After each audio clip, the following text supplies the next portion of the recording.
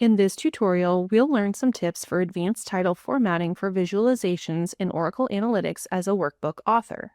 Formatting can be done for a variety of reasons, but it is often done to enhance a visualization so that it's easier to understand. In this example, we will focus on adding a background visual to a title.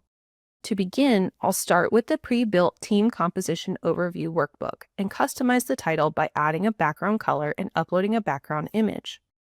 We want to add a color to the dashboard title, making this particular dashboard stand out to a consumer. I'll select the dashboard title. The Properties panel option allows me to make formatting adjustments to the text box visualization. To add a background color, I'll select Background and change it from Auto to Custom. I'll select the color that meets my organization's formatting standard and select OK to save my background color choice. It automatically applies to my dashboard title. I can also add images, like a company logo, instead of colors to the background.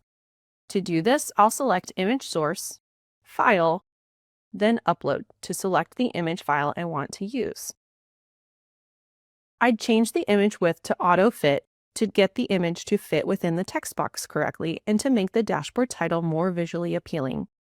Find additional videos in this series and more information on using Fusion Data Intelligence resources in the links below.